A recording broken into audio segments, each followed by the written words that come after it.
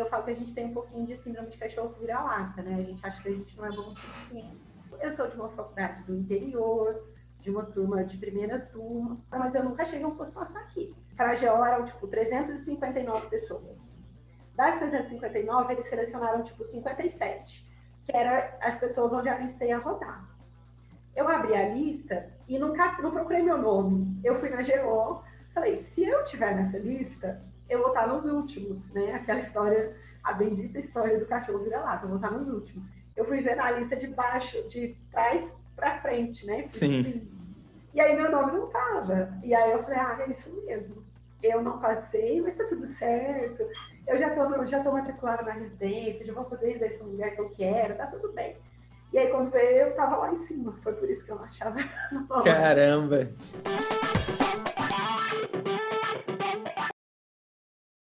Oi, Júlia. Prazer falar com você. Muito obrigado pela participação aqui nessa nossa conversa. A gente chama de papo com ex-aluno.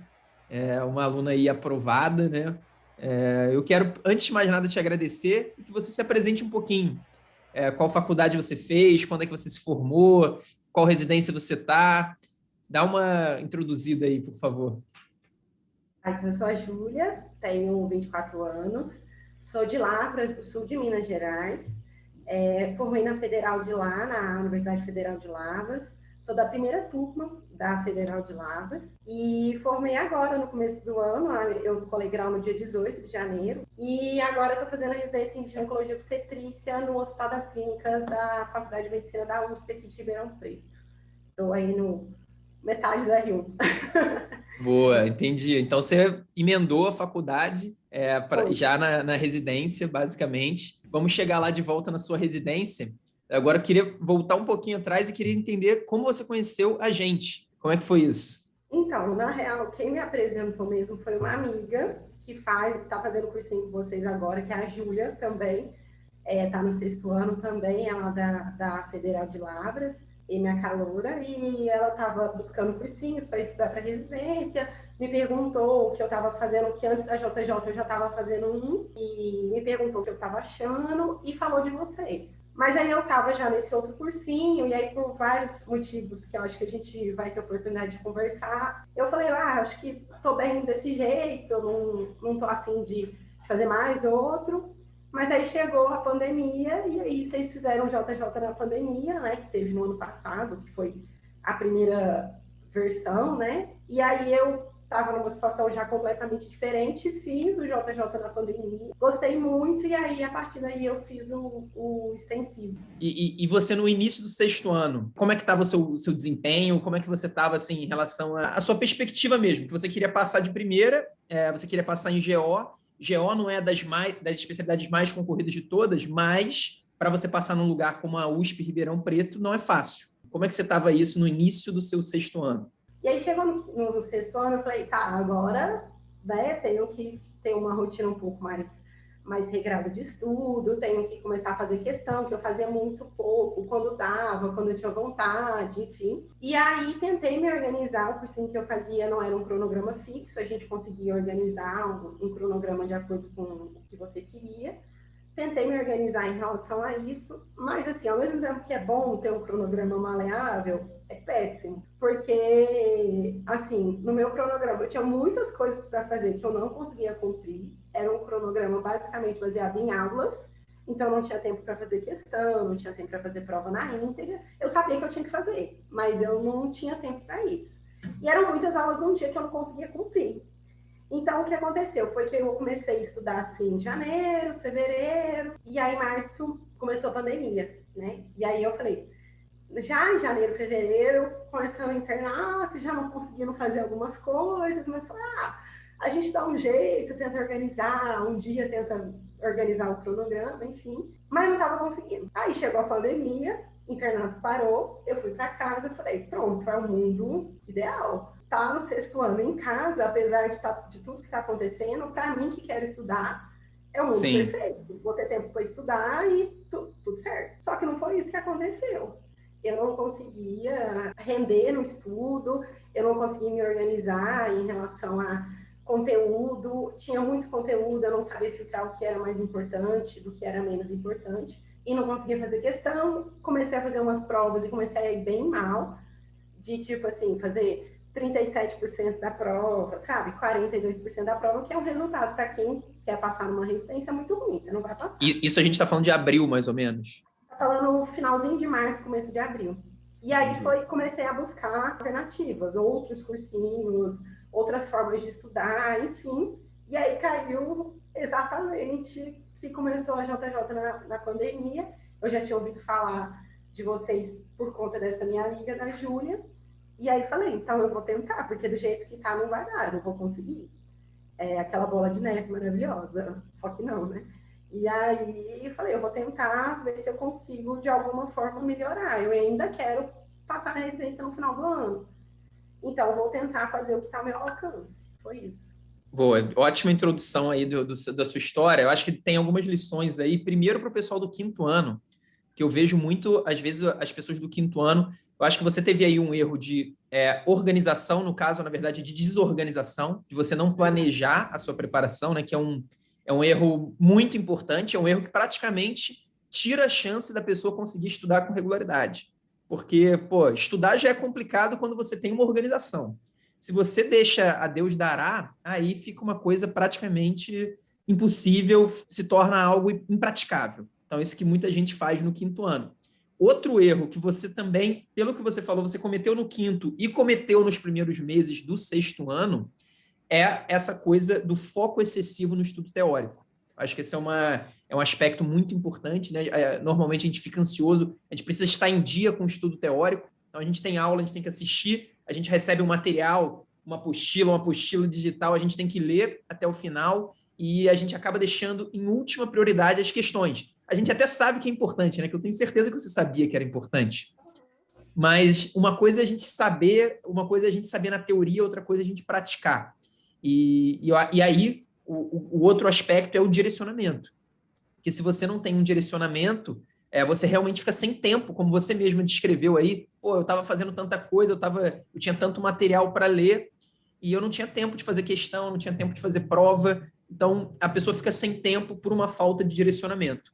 Então, eu vejo aí problemas tanto na organização do estudo, que é um problema fundamental, e problemas na metodologia. Como é que vai ser, qual que é a sua estratégia de estudo? É porque eu vejo, às vezes, as pessoas muito olhando para o resultado, nossa, eu estou tirando 40%, não dá para evoluir, não dá para evoluir. E, cara, quando tem uma pessoa como você, um exemplo realmente que aconteceu, é muito bom porque as pessoas se inspiram, as pessoas ganham confiança vendo o que aconteceu. E aí, o que mudou na sua preparação? O que você acha que foi os aspectos mais importantes de mudança aí? E aí que eu comecei a fazer o JJ na pandemia e eu falei, não, então tá, eu achei uma coisa que eu acho que vai dar certo, né? A proposta de vocês, de ter o estudo teórico, mas focar muito nos flashcards, sempre fazer os flashcards, fazer as questões teóricas, de sempre ter esse comprometimento, isso tudo. E eu falei, tá bom, eu vou tentar desse jeito. E aí, o JJ na pandemia, eu lembro que a primeira aula que eu vi foi de insuficiência renal. E aí eu já achei a aula muito boa, era uma aula sua, inclusive. E eu falei, nossa, que aula boa, que aula... E a hora que era a aula, né, que teoricamente nem é o que a gente acha mais importante no final das contas. Mas eu achei a aula muito boa, e aí fiquei animada, falei, acho que vai dar certo. E aí tentei seguir o JJ na pandemia, eu tentei seguir mais ou menos o que vocês já orientam, o que é que a gente faz, é o método, né, completo, mas ainda assim, teve alguns dias que eu não fiz, não cumpri exatamente do jeito que era. Mas já achei muito bom, e aí achei tão bom que eu falei, acho que eu preciso disso, acho que é o que vai conseguir me ajudar a, pelo menos, ter uma esperança, uma expectativa de que funcione. E aí eu resolvi fazer o extensivo, que começava em maio, que eu lembro que o JJ, acho que foi, na pandemia foi 6 semanas, algo do tipo, e aí em maio começava o extensivo, que era a última turma do extensivo, inclusive. E aí quando eu decidi fazer, eu falei, não, então agora eu vou fazer do jeito que eles estão propondo. Eu estava, nesse meio tempo, o internato ficou parado um mês, então eu fiquei um mês dentro de casa, e aí depois a gente reiniciou o internato, mas reiniciou no internato mais tranquilo. eu estava até março no internato de cirurgia, e aí quando a gente reiniciou por questões de questões burocráticas de faculdade, a gente reiniciou no internato de medicina de família, que era um internato um pouco mais tranquilo, que eu conseguia ter um horário um pouco mais certo, enfim. E aí eu comecei a fazer, de acordo com o que vocês orientam, então eu comecei a seguir o método direitinho, eu assistia às aulas, fazia os flashcards todos os dias, fazia umas questões, sempre naquela orientação de vocês, de ter mais ou menos as horas, né, proporcionais, de acordo com o que vocês orientam. Eu tinha um pouquinho mais de tempo, então eu conseguia estudar, fazer uma carga horária um pouquinho maior, e aí eu fiz proporcionalmente em relação ao que vocês orientam. Variava muito, mas eu chegava em casa tipo 5, começava a estudar 6, e aí ficava até umas 9h30, 10 horas. Assim, eu estabeleci o meu limite como 10 horas. Eu sou uma pessoa mais de dia, à noite eu não rendo tanto, para estudar principalmente, e aí eu defini 10 horas como meu limite, e aí depois disso eu não estudava mais. Mas o que eu acho que foi que me fez diferença, assim, para mim, que foi o que me fez gostar tanto, e eu acho que fez diferença. Primeiro, o cronograma era um cronograma possível de ser cumprido, isso fez muita diferença, porque não era nenhum cronograma, era um cronograma cheio, mas não era nada impossível. Eu vi que eu conseguia fazer, isso acaba aumentando sua confiança, porque quando você não consegue ir cumprindo, e aí você vai entrando naquela bola de neve, a confiança é minada, né? Então, o cronograma possível, e o que eu não estava fazendo, no cronograma que era possível, eu ainda tinha tempo de fazer flashcards, que era uma coisa que eu não tinha feito até então, mas que fez muita diferença para mim. Fazer as questões, então eu tinha tempo para fazer as questões, e o próprio sistema da JJ da plataforma, das questões, dos flashcards irem voltando. Porque quando você faz por conta própria ou no outro cursinho, é tipo assim, eu definia as questões que eu ia fazer. Eu definia. Então, assim, você não sabe, você tem uma noção do que você sabe mais, do que você sabe menos, mas você não sabe muito. Então, acho que foi o que fez a diferença, assim, vamos dizer. Entendi. Então, eu achei muito legal sua resposta. Primeiro, eu acho que a organização, né, essa coisa de você ter uma clareza do que você tem que fazer e ser algo que você pode cumprir, eu acho que Exato. isso, com certeza, é algo que faz toda a diferença na preparação de qualquer pessoa.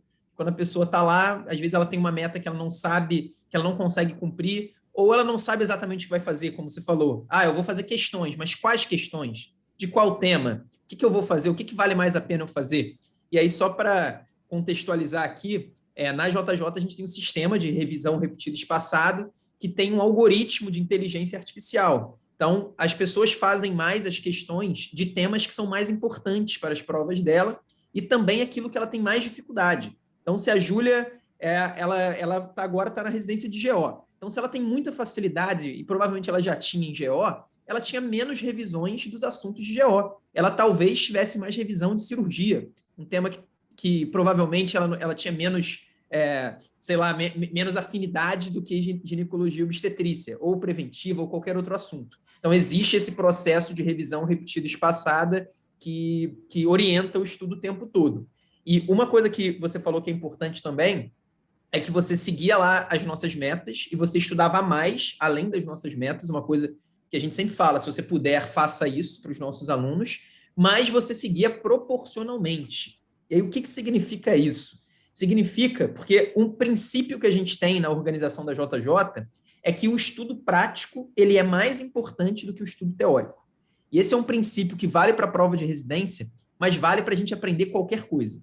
Então, se eu quero aprender inglês, por exemplo, eu praticar inglês, ler inglês, falar inglês, escutar as pessoas falando, escrever, vai ser mais produtivo eu fazer prática de inglês do que eu pegar uma gramática, do que eu pegar um livro didático de inglês. Não quer dizer que não tem espaço para gramática e para o livro didático. Tem espaço, mas o estudo prático é mais importante.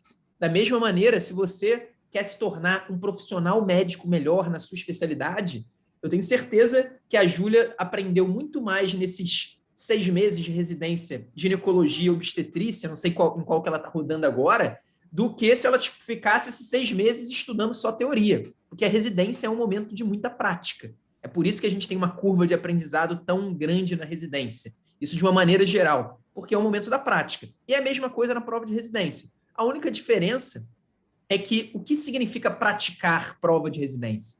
Praticar medicina é óbvio, né? Você está lá nas enfermarias, está no ambulatório, está no centro cirúrgico, etc. Praticar inglês também é óbvio, é você usar as competências do idioma. Agora, o que é praticar a prova de residência? É fazer questões, fazer provas e fazer flashcards que são baseados em questões.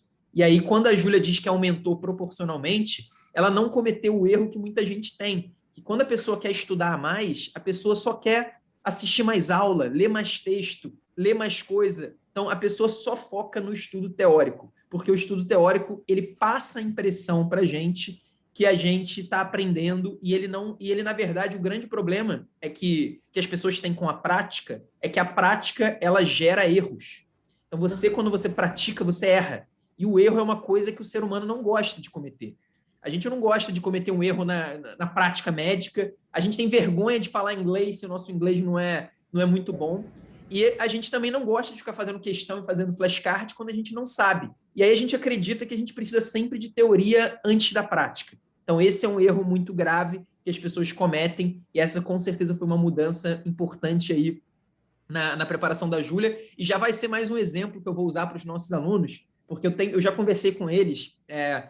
Na verdade, eu conversei com vários ex-alunos do ano passado já. Então, a gente está começando agora uma segunda fase de conversas, que eu vou conversar com a Júlia e com outros ex-alunos também, mas eu já conversei com outros, e uma unanimidade entre todos, e sempre pessoas que passaram em lugares concorridos, etc. E uma unanimidade eram os flashcards. Todo mundo falava que fazia sempre os flashcards. E hoje a gente tem muitos alunos que falam, pô, Eduardo, eu não gosto de fazer o flashcard. Eu falei, provavelmente a Júlia não é que ela gostava, não é que ela achava lindo fazer flashcard. Ela preferiria estar, sei lá, com a família dela, vendo um filme, vendo uma série. Não é que ela gostava, é que ela entendeu que era importante e começou a fazer. Então, acho que isso é... Eu fiz uma tática que eu fazia os flashcards, era a primeira coisa que eu fazia. Para meio, antes de assistir a aula do dia, antes de fazer as questões do dia, eu sempre fazia um flashcard. Às vezes, por estar nesse internato mais tranquilo, eu tinha uma folguinha na hora do almoço, e era justamente entre chegar no internato e almoçar e voltar, era esse horário que eu fazia. Então, normalmente, eu sempre fazia nesse horário, e quando eu chegava em casa tarde, eu já tinha feito, já tinha cumprido os flashcards, entendeu? Isso é uma tática boa, porque aquele estudo que é mais chato, que é mais complicado, você bota logo no início, porque você garante, né? É a mesma coisa do exercício físico, cara. O melhor momento é o quê? É de manhã, porque senão, cara, depois a sua vida acontece, você tem problemas, e aí você se dá uma desculpa para não fazer. E outro aspecto importantíssimo, você fazia regularmente provas na íntegra, ou simulados. É muito importante também. Tem muita gente que não faz, que deixa para fazer só no final, que chega na reta final, e é até legal que a sua história na preparação para a prova de residência é, de certa maneira, parecida com a minha, que em 2016 eu realmente me vi... A única diferença é que eu não fazia outro cursinho, mas eu fazia exatamente o estudo que as outras pessoas que faziam outros cursinhos também faziam. Então, focava só na teoria, e a partir de abril eu percebi que não estava dando certo. Eu percebi que não ia conseguir meu objetivo. Eu não estava tirando 37, mas eu estava tirando 50 e pouco. Eu estava muito longe do que eu queria para passar nos lugares que eu queria anestésio. Então, eu mudei minha preparação e eu comecei a seguir essa metodologia. Na época não existia JJ, mas foi quando começou a... Mas foi quando começou. Mas exatamente, foi quando começou. E um aspecto só que eu queria também levantar, que eu achei bem legal, é que outras pessoas também fazem a JJ junto com outro curso. A gente tem, hoje em dia, a maior parte dos nossos alunos só faz a JJ, mas ainda temos alunos que fazem também outro cursinho, seja porque resolveram se matricular nos dois ao mesmo tempo, então chega lá em janeiro, eu vou fazer os dois. Seja o seu caso, que estava em outro curso, viu que não estava dando certo por algum motivo, e aí resolveu fazer a JJ. E aí uma coisa que eu sempre digo, que é muito importante para a pessoa não se desorganizar, e a gente falou já da importância da organização, é a pessoa ter um caminho. Ela pode usar outro curso como um complemento, ela pode usar, como você falou, usa o material teórico para fazer uma revisão teórica, usa o simulado do curso quando ele tiver, Mas, cara, não mistura as duas agendas. Se você misturar as duas agendas, você vai se desorganizar e não vai conseguir ter uma evolução. Você vai culpar os dois cursos, sendo que, às vezes, nenhum dos dois vai ter culpa. Porque você vai se desorganizar. Esse é o problema. Você não pode estar desorganizado. Claro que eu vou falar para você seguir o cronograma da JJ, porque você vai ter mais organização, você vai ter uma metodologia mais produtiva e você vai ter mais chance de ser aprovado. Mas, assim... É possível, né? Que foi o que eu falei. É o cronograma possível. E é o cronograma focado no que é mais importante. Então, siga ele. E aí você, a partir de maio, quando você começou de fato lá, você conseguiu ter uma regularidade até o final? Você teve alguma queda no ritmo de estudo em algum momento? Como é que foi isso? Foi assim, acho que olhando hoje, né, de fora, maio, junho, julho foi yes, que é os primeiros meses, né? É o que vocês sempre falam também. Os primeiros meses dá aquela empolgação, porque você não estava estudando direito, e aí você começa a estudar direito, e aí começa a ver que está fazendo resultado, e aí você fica mais animado, e aí vai faz um simulado você vai bem, e você fala yes, e fica animado. E aí, agosto, eu já comecei a não ficar desanimada, mas eu já comecei a ficar mais estacionada. Então, eu já não conseguia ter aquela escada, né, de crescimento, mas ainda assim conseguia manter. Às vezes, fazer um simulado com um resultado um pouquinho pior, aí eu ia te mandar uma mensagem, chorava minhas pitangas, mas continuava. E aí, o que aconteceu? Em setembro, na verdade, em outubro, no comecinho de outubro, o meu internato, o anterior que eu estava, terminou e eu ia voltar para terminar o internato de cirurgia. Então, eu sabia que a partir de outubro eu ia estar bem mais apertada e com dificuldade de cumprir o cronograma. O meu internato de cirurgia a gente fez numa outra cidade, então, além disso, tinha essa outra questão. Na minha cidade, eu morava com os meus pais, então já era muito mais fácil em relação a questões burocráticas mesmo, de dia a dia, fazer comida, essas coisas todas. E eu não ia ter isso a partir de outubro. E era justamente, eu não lembro direitinho, mas eu lembro que o nosso cronograma do extensivo, dos assuntos novos, né, ele terminava no comecinho de outubro, um pouquinho depois de quando eu fosse começar recomeçar o internato de cirurgia. E o que eu fiz foi me organizar para tentar terminar todos os conteúdos até o final, até esse internato que era mais tranquilo, para que quando eu recomeçasse o internato de cirurgia, para que eu não tivesse essa obrigação de ver novos temas, para que eu ficasse só nas revisões, que é algo para o pessoal que está fazendo o curso e que for fazer, você vai explicar também, provavelmente. A partir de um momento, a gente para de ter os temas novos e a gente fica só nas revisões. Então, eu tentei me organizar para isso, deu certo, então eu consegui terminar tudo até o final de setembro, eu já tinha terminado todos os assuntos novos e fiquei só nas revisões.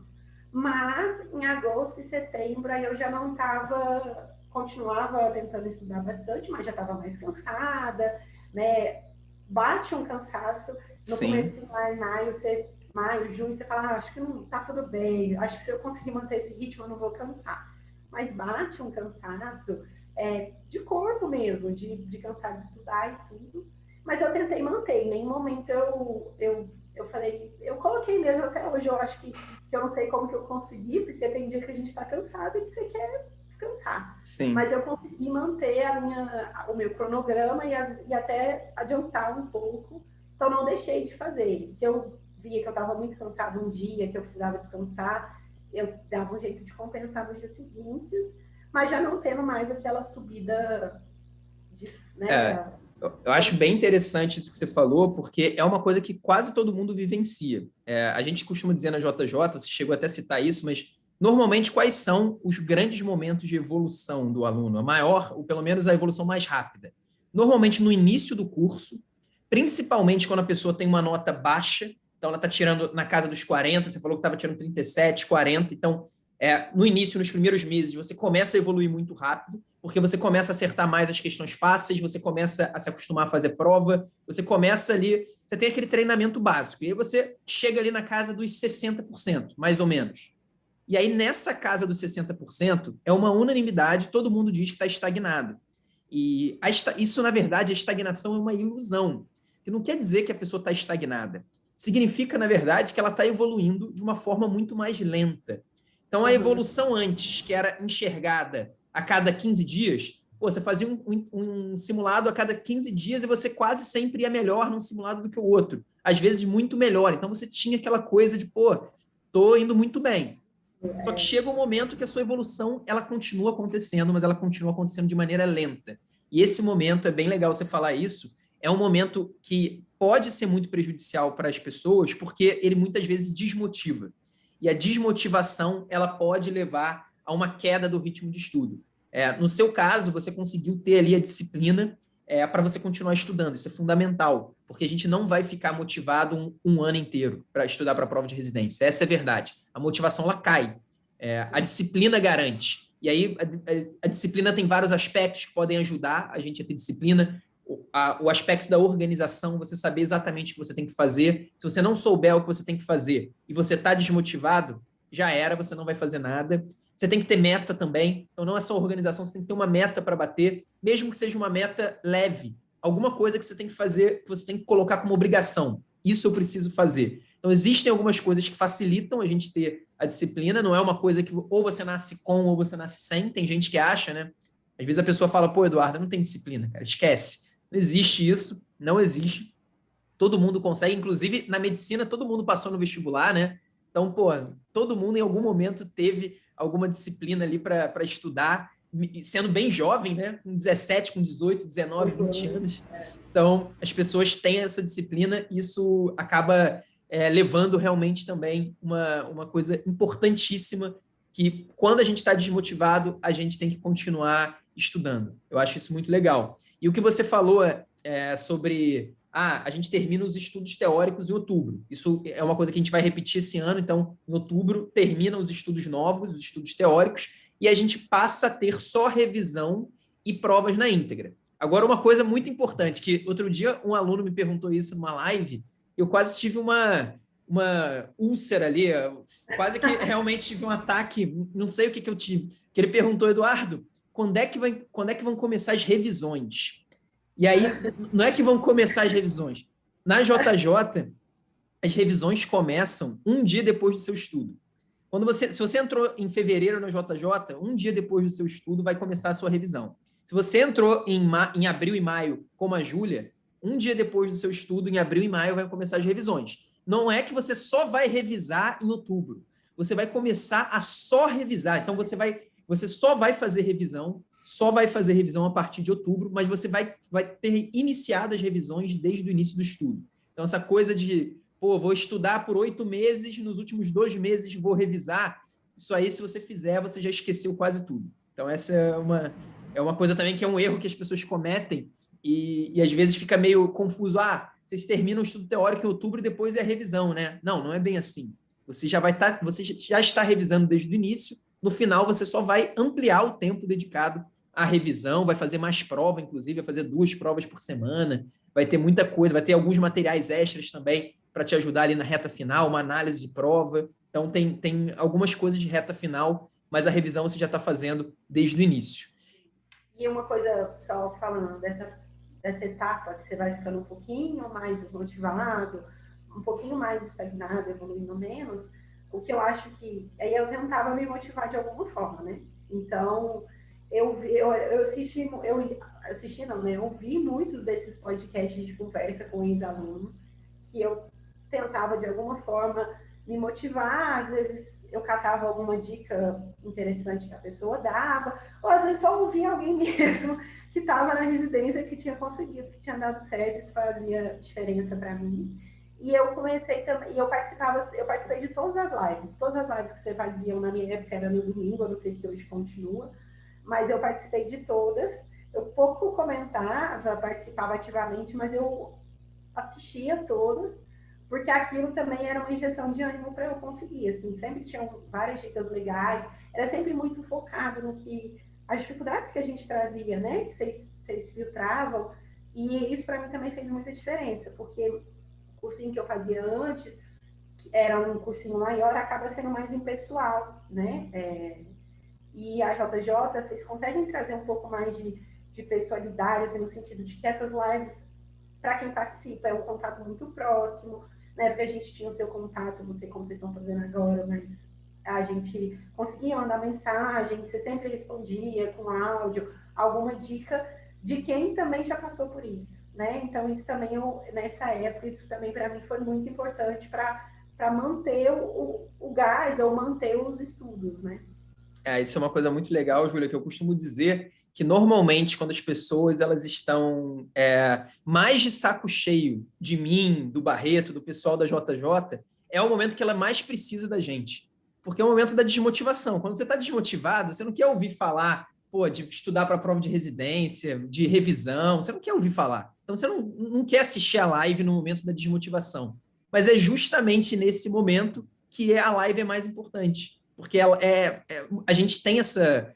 Claro que a gente sempre traz um conteúdo sobre metodologia, sobre estudo na live, mas a gente sempre tem o tempero da motivação, porque a gente sabe disso, que é importante, vocês terem esse gás. Então, vou pedir até para o pessoal recortar esse momento do vídeo para eu mostrar para os nossos alunos aqui, gente. Ó, a Júlia, que estava tirando 37, 40 em abril, ela entrou na JJ em maio, e começou a assistir todas as lives, e isso ajudou ela a estudar. Isso é muito importante, porque realmente, às vezes a pessoa acha que não, mas é a mesma coisa do flashcard.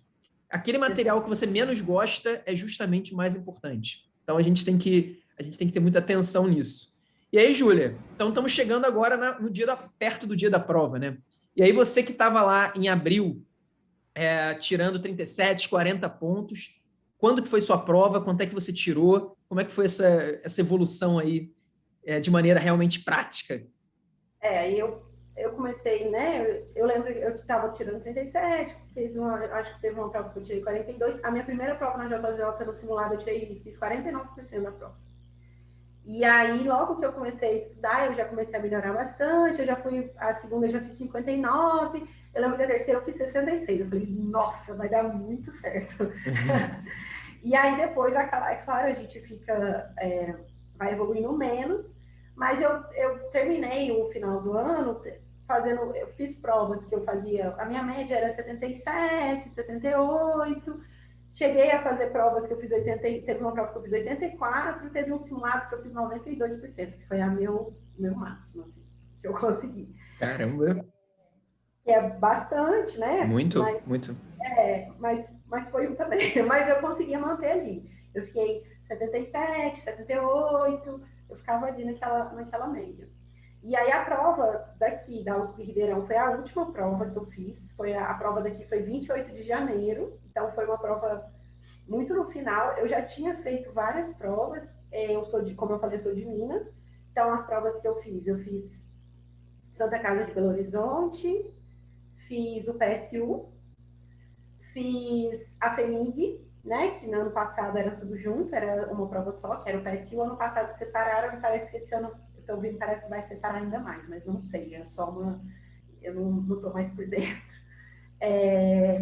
Depois eu fiz o Sul, São Paulo, e eu escolhi duas grandes, né, para fazer, que eu fiz o Unicamp e fiz aqui a USP Ribeirão. De São Paulo, eu não tinha muita, assim, eu quero muito ir para tal lugar. Eu queria muito o Unicamp e USP Ribeirão, queria muito o Pérola Byton do Sul São Paulo, porque, enfim, são serviços muito bons, é o que todo mundo quer, né, a grande maioria das pessoas. Mas, assim, e isso é uma coisa que eu fiz, quando eu escolhi as provas para fazer, eu escolhi só lugares que eu iria mesmo. Eu não fiz prova em nenhum lugar que eu só para não deixar de passar em nenhum lugar. Então, todos os lugares que eu fiz prova, eu iria.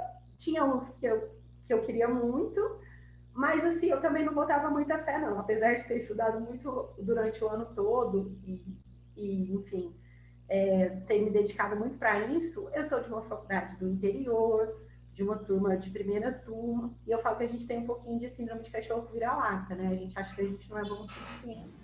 E eu nunca achei que eu fosse conseguir passar na Unicamp. Na Unicamp eu realmente não passei, não fui aprovada, mas eu nunca achei que eu fosse passar aqui. Eu não achei.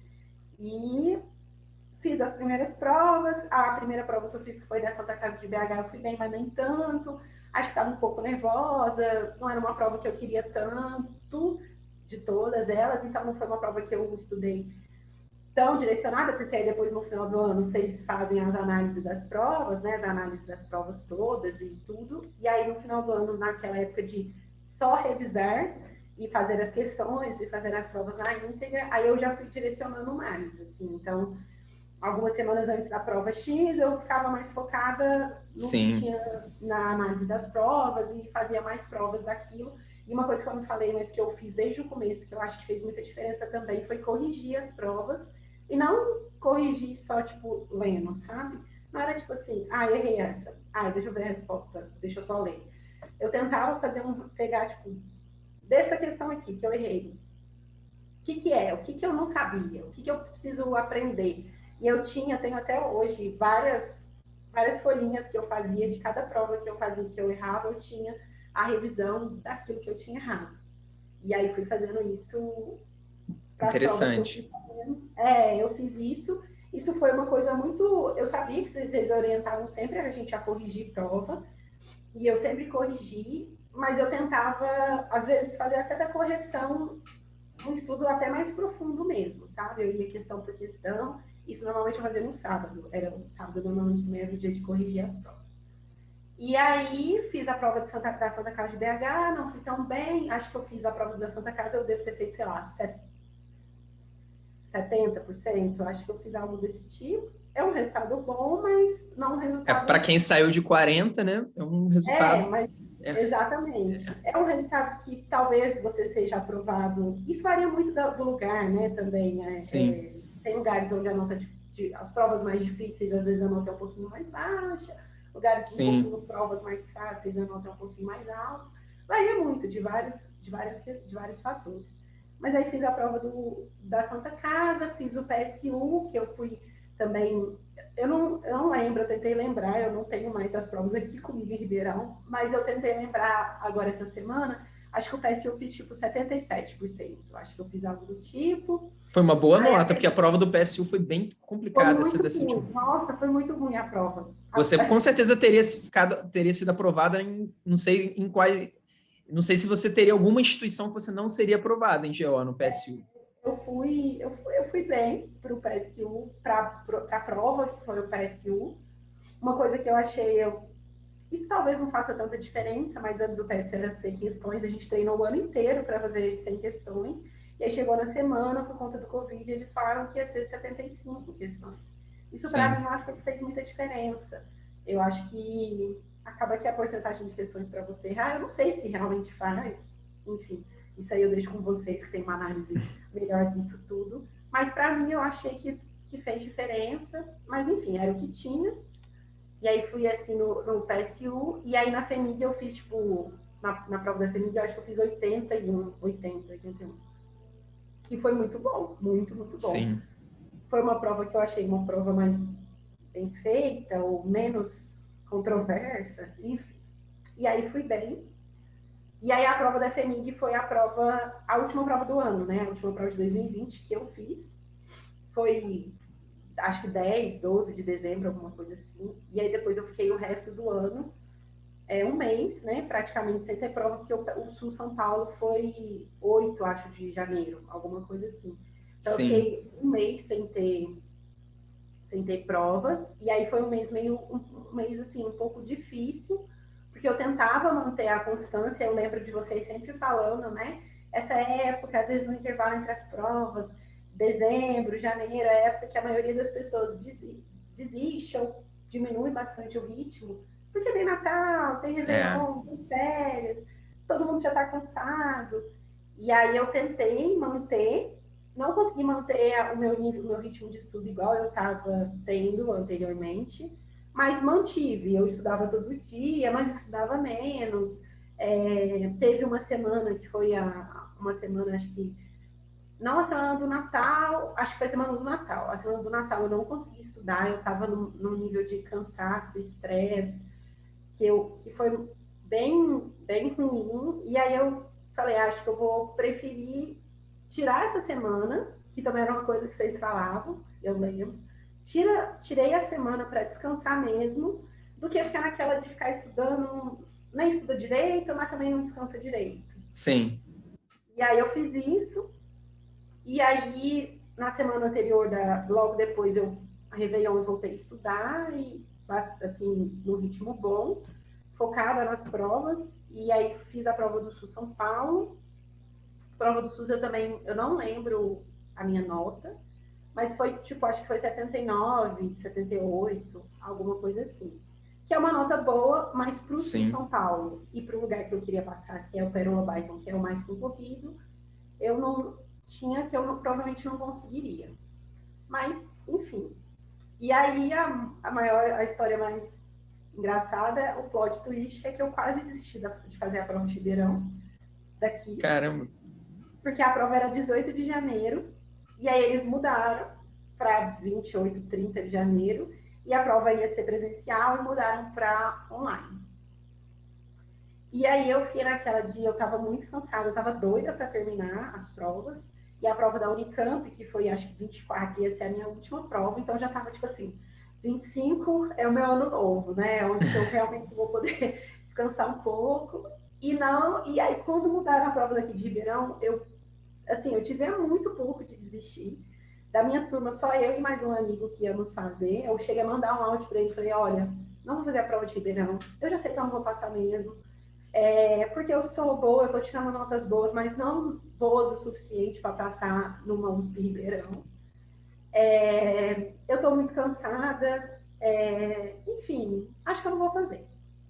Aí ele me mandou mensagem, falou, não, faz, você já estudou, você já pagou. Quem sabe é lá que é o seu lugar. Assim, para de estudar, mas faz a prova. Eu sou muito caxias, eu não consegui parar de estudar, mas eu reduzi o ritmo. Assim, o meu ritmo de final de dezembro e janeiro não foi igual era antes. Mas mantive estudando, fazendo as provas. Eu focava muito em fazer as provas dos anos anteriores. E aí fiz a prova daqui, fiz a prova da Unicamp. A prova da Unicamp, eu não lembro a nota que eu tirei. A prova da Unicamp eu tentei realmente lembrar, não lembro. Mas eu não fui bem a ponto de ser aprovada para a Unicamp. Mas fazer a prova da Unicamp foi uma coisa muito legal para mim.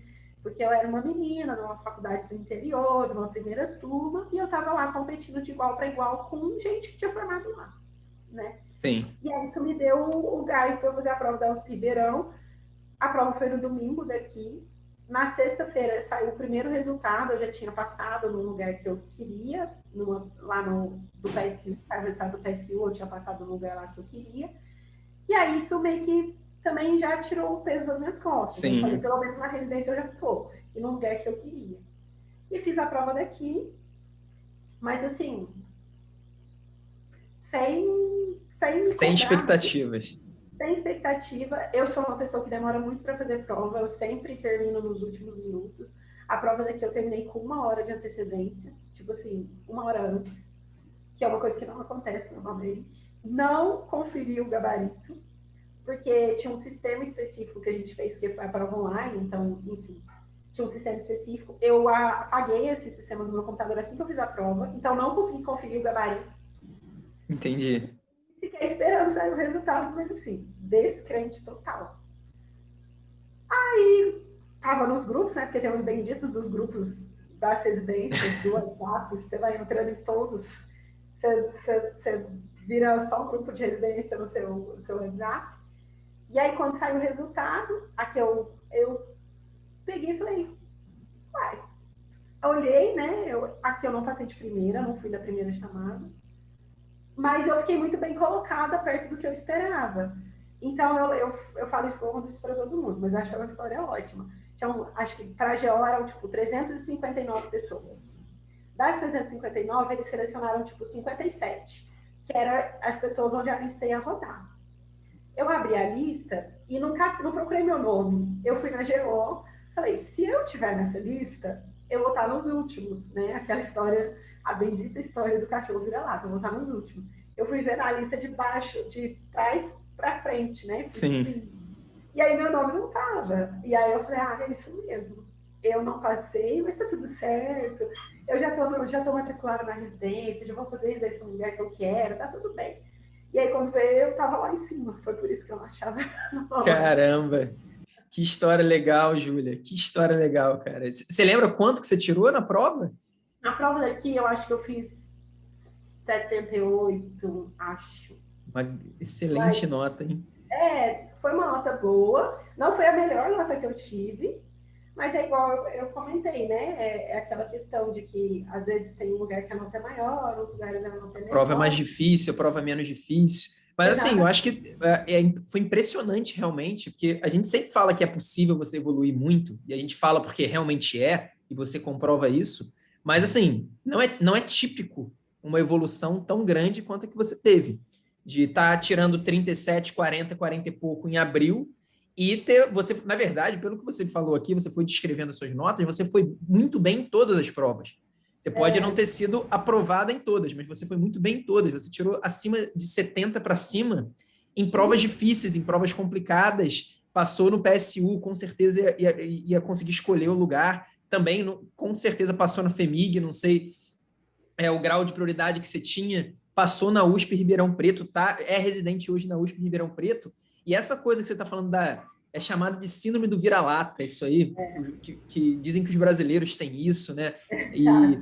E, mas isso é muito interessante porque realmente eu nunca chamei isso, né? Eu nunca usei esse termo para falar sobre isso, mas tem muita gente que chega na JJ falando que tem a base fraca e que veio de uma faculdade nova, que pô, não tem como disputar com os caras de São Paulo, por exemplo, com o pessoal que já está numa faculdade tradicional. Isso é uma grande mentira e você está comprovando isso, que você mesmo, entre aspas, provavelmente se sentia com uma base fraca, pelo menos ali naquele momento de abril, que você estava tirando uma nota bem abaixo, você precisava evoluir para caramba, e você superou todo mundo e tirou aí a vaga de alguém da própria Ribeirão Preto que queria ficar na USP que acabou não conseguindo. Então, é muito legal isso, porque as pessoas realmente têm isso. Ah, não, ou então a pessoa tem aquela coisa de, ah, não, tem uma base fraca, então eu preciso estudar muita teoria. Eu preciso resolver a minha base fraca só com teoria, sendo que é exatamente o oposto. Quanto pior for a sua base, mais produtivo precisa ser o seu estudo, mais regular precisa ser o seu estudo. E a Júlia aqui deu uma aula conversando nessa conversa de como você pode ter um estudo regular e como você pode ter um estudo produtivo e com isso acabar indo bem em todas as provas que ela fez. Todas as provas, ela saiu lá da casa dos 40 para chegar na casa dos 70 em todas as provas, mesmo vindo aí de uma faculdade nova, mesmo vindo de uma faculdade do interior, e que isso não limita ninguém. E a gente tá, é importante isso que a gente está num contexto que existem muitas faculdades novas no Brasil. Então tem muita gente que tem esse sentimento, tem muita gente que tem essa coisa de eu não vou conseguir, eu não vou passar, não é para mim, ou então eu preciso de teoria. E aí se a pessoa cai nessa de que precisa só de teoria, vira um ciclo vicioso, que aí ela não vai conseguir mesmo, ela vai achar que o problema é ela, que o problema foi a faculdade que ela fez e vai acabar se contentando com pouco, vai acabar se contentando com uma residência ruim, ou às vezes até muda de especialidade. Tem gente que, eu quero ser oftalmo, não, vou escolher outra faculdade, outra especialidade, porque eu tenho uma base ruim. E o problema não é esse. Então, acho muito legal que a sua história seja aí realmente uma comprovação. Quando vier alguém falar comigo, cara, tem uma base ruim, não é para mim essa coisa de fazer questão, eu erro muito, eu vou mostrar, caso da Júlia, que não é um caso típico, não é fácil, com certeza a Júlia é uma pessoa super dedicada, super inteligente, conseguiu ter essa evolução, mas se a Júlia conseguiu, significa que é possível. Eu acho que isso é muito legal a gente mostrar. E foi na base disso mesmo, sabe, Eduardo? Eu acho que tem pessoas que têm muito mais facilidade com conteúdos do que eu. Eu sou uma pessoa realmente dedicada, consegui ser muito disciplinada e eu tinha um objetivo, eu não sei exatamente porquê, mas eu queria muito passar na residência de primeiro, né, logo depois da faculdade. Se eu não passasse, tudo bem, eu ia ficar um ano trabalhando, mas eu tinha essa vontade e eu meio que ano passado teve uma hora, que foi a hora que eu comecei, eu falei, não, eu tenho que dar um jeito de tentar. Se eu tentar muito e não conseguir, tudo bem, eu vou ter feito a minha parte, mas por enquanto nem a minha parte eu estou fazendo. Então, também não dá para achar que eu vou passar num lugar super concorrido fazendo pouco. E o pouco que eu falo não é nem estudando em questão de quantidade, né? A qualidade do estudo, a história da produtividade, que vocês falam muito aí, que eu acho que é muito, muito importante, assim, faz total diferença. E essa coisa da produtividade é importante porque, às vezes, a pessoa, ela sente que ela tem uma base fraca e ela está estudando muito, então ela está gastando horas, muitas horas no estudo e ela não está evoluindo. E aí, o que ela pensa? Ela pensa que o problema é ela. Que o problema é que, pô, da faculdade que eu vim não dá para eu chegar no lugar que eu quero. Se eu estudei na faculdade do interior, de não sei aonde, na primeira turma, eu não vou conseguir chegar na USP. Sendo que o problema não é esse. O problema é, claro, que tem que ter dedicação. Então, essa é uma premissa. Não existe essa coisa de, de estudar, que você vai passar sem estudar, mas tem que ter uma estratégia produtiva. Se você não tiver, aí você não vai conseguir superar isso. A pessoa pode até estudar sem uma estratégia muito boa, se a pessoa já começa o ano tirando 70. Começa o ano tirando 75. Aí essa pessoa, às vezes, estuda mais ou menos e passa, de qualquer jeito. Mas, então, não era o caso da... né, na verdade, eu acho. Como é que é? Eu acho que não é o caso da maioria, né, na verdade. Não é o caso da maioria. Não é. No ano passado, eu lembro muito bem da nossa nota média do simulado de nivelamento, que é aquele simulado que você faz logo que você chega. Você falou que você tirou 49 nesse simulado. 49. Então, a média foi 46 da nossa turma. Então, a maioria das pessoas chega com 46. E como a galera realmente vem sem ter um traquejo de prova, mesmo quem faz curso no 5º ano, quando não tem uma regularidade, a maioria não tem regularidade, chega tirando 49. Inclusive, a gente fala que o nosso objetivo do curso de 5º ano é fazer a pessoa começar com 70. Então, a gente tem quem faz a JJ e segue a JJ no 5º ano, começa o ano seguinte numa situação melhor, mas a maioria não chega, a maioria chega com dificuldade, e para superar a dificuldade não é só através de teoria, não é só... Às vezes a gente tem uma galera, né, tem aquela coisa de internet, você tá lá, tem um vídeo nosso falando de metodologia, sempre tem alguém para falar, pô, esses caras aí ficam inventando besteira. Estudar é só botar a bunda na cadeira e estudar. É só sentar a bunda na cadeira e estudar. Não é, gente. Sentar a bunda na cadeira e estudar é o primeiro passo. Isso é o óbvio. Esse é o óbvio. Mas não, essa é a parte óbvia. Essa é a parte que qualquer um sabe.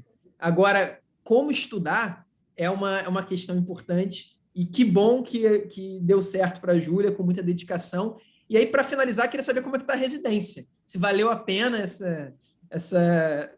toda essa jornada aí do ano passado. Olha, eu estou muito feliz aqui, né? Eu tenho falado isso. É uma universidade, né? O Hospital das Clínicas, ele é ligado à Faculdade de Medicina, ao USP Ribeirão Preto, mas é uma instituição à parte. Enfim, é meio complicado, mas é uma instituição muito boa, extremamente organizada, que já tem um tempo mais, né? Eu vim de um lugar onde as coisas estavam começando, e eu cheguei aqui num lugar onde as coisas elas já estão organizadas, então eu gosto muito aqui das oportunidades que eu encontro aqui, sabe? Que eu tenho possibilidade enfim, de fazer. É um serviço muito bom, um serviço muito organizado, um serviço que você tem muita coisa disponível para você aprender. Isso é muito bom, assim, ter várias possibilidades, né? Eu estou muito feliz, acho que a gente consegue aqui fazer bastante coisa, pegar uma mão muito boa de muitas coisas da GO, que era uma preocupação minha, e ainda assim é um serviço onde a gente não toca só serviço, sabe? Sim. A gente consegue ter um apoio, uma preceptoria bem legal para a gente conseguir aprender também, né? Porque a técnica, né? Por exemplo, fazer uma cesárea é uma coisa que a repetição te leva a conseguir fazer. Mas às vezes resolver uma complicação, ou às vezes saber indicar, saber contraindicar, é uma coisa que eu acho que faz muita diferença. Eu não tinha esse pensamento antes de entrar aqui. Eu fiz muitas provas de serviços que eram SUS e não eram ligados não eram hospitais escola, no sentido de que não eram ligados a faculdades, porque eu vim de um lugar onde, novamente, eu não tinha tanta oportunidade de botar a mão na massa, por ser um serviço novo, a gente não tinha hospital universitário próprio, então a gente fazia internato nos hospitais da cidade, então a gente não tinha tanta possibilidade de botar a mão e fazer as coisas. Então, eu queria muito isso na residência. Acabei vindo para cá, sabia que era um serviço muito bom, mas não sabia como funcionava. E aqui eu acho que a gente tem um pouco dos dois. A gente tem lugares onde a gente tem um pouco mais de... não é um volume tão gigante, o volume é grande de qualquer jeito, mas não é um volume tão gigante a ponto de você só tocar serviço. E tem lugares onde você faz um pouquinho mais disso, mas ainda assim com uma preceptoria. Uma coisa que eu acho legal daqui, que eu lembro muito da época do cursinho, aqui a gente, você falou, não sei se você está rodando na ginecologia, na obstetrícia, aqui a gente roda por semana, então cada semana num lugar, e eu acho isso bem bacana, porque é aquela velha história, né? A revisão espaçada. Eu fico 2 meses só no centro obstétrico e depois nunca mais vejo o centro obstétrico até o R2. Bem legal isso, bem legal. Exatamente. Eu acho isso muito legal daqui. Então, eu passo uma semana no centro obstétrico, na outra semana eu estou no ambulatório de gineco, na outra semana no ambulatório do pré-natal de baixo risco, depois no pré-natal de alto risco, e a gente vai rodando. Então, isso eu acho que é bem legal, porque você consegue... E você já sabe para qual lado que você imagina aí no futuro, da ginecologia, da obstetrícia? Sabe que eu tenho estudado muito obstetrícia, né? Porque a minha esposa tá grávida com 37 semanas e 2 dias. Que delícia, parabéns. Quase nascendo. Tá quase nascendo. Então, tô revisando bastante obstetrícia por causa disso. Eu sempre, quando eu decidi fazer GO, eu achei que eu ia fazer obstetrícia. Eu gosto muito, é muito gostoso fazer, né? É uma parte muito gostosa e tudo. E aí achei que eu fosse para fazer só obstetrícia. Ano passado eu meio que comecei a estudar mais gineco, ter mais contato. E aí falei, talvez eu fique mais gineco. E aí depois que eu entrei aqui eu já não sei, não sei muito, não sei, eu tô meio que aberta, assim. Aqui a gente também tem vários R4, né, que tem de várias áreas, tanto da gineco quanto da obstetrícia, tem serviços muito bons aqui de R4. Então, assim, não sei mesmo. Agora eu estou num ponto de que eu gosto muito da obstetrícia, mas não sei se eu quero só obstetrícia, eu gosto muito de gineco, não sei se eu quero só gineco, e aí eu vou... É um problema bom. O problema é se você não gostasse de nenhuma das duas. Gostando das duas é uma coisa boa. Júlia, muito obrigado, cara. Muito obrigado mesmo pela conversa. Foi muito legal, muito legal. Uma das conversas mais legais que eu tive aqui com ex-alunos, porque acho que vai causar muita inspiração na galera em vários aspectos, tanto no aspecto de, tô indo mal até maio, até abril, não vai dar certo, essa coisa de mudar de estratégia no meio do caminho, e principalmente essa coisa aí que eu vou começar a usar esse termo, da síndrome do vira-lata, porque realmente a gente tem isso, e, cara, às vezes a gente tem mesmo o pessoal que quer muito ir para São Paulo, né? A gente vê que a maioria, mesmo pessoas que não são de São Paulo, querem muito para lá. E a gente fica nessa de que não dá, eu tenho a base fraca, eu tenho que estudar teoria, e acaba desistindo, às vezes, de sonhos, e você mostrou que é possível. São possíveis, né? E aí eu falava, eu não sei se... Eu lembro uma vez eu falei isso numa live, eu lembro que você leu uma live que eu falei. Falei que quando eu comecei, vocês mudaram o meu prognóstico. Meu prognóstico não era muito legal. E é claro que muito, né, é um trabalho dividido. É 50% daí, 50% daqui. Eu não sei a porcentagem, mas é um trabalho Não, é claro, vocês fazem as coisas, a gente só dá as ferramentas. Não tem como, vocês que fazem, o mérito é totalmente seu, com certeza. Se eu não tivesse essas ferramentas, talvez eu talvez não, acho que eu não teria chegado lá. Então, foi dividido. Então, sou muito grata também a ter encontrado vocês. A Júlia, que agora está estudando. Se Deus quiser, vai ser a minha R1. E vamos... Que legal. Foi muito bom ter encontrado, ter passado esse ano, apesar de ter sido um ano difícil para todo mundo. Um ano de pandemia, terminando faculdade, estudando para a prova de residência. Mas, no final das contas, o saldo foi positivo. Nossa, muito obrigado, Júlia. Bom final de semana aí para você, uma ótima residência, que você seja aí muito feliz, seja na ginecologia, obstetrícia, fazendo o que você quiser. E fica o recado, galera, não existe base fraca. Boa hora para sua esposa, para você, filhote ou filhota, venha com saúde. Filhote, João, vai se Deus quiser. Com saúde. Muito obrigado, Júlia. Imagina, que é isso. Tchauzinho, Eduardo. Tchau.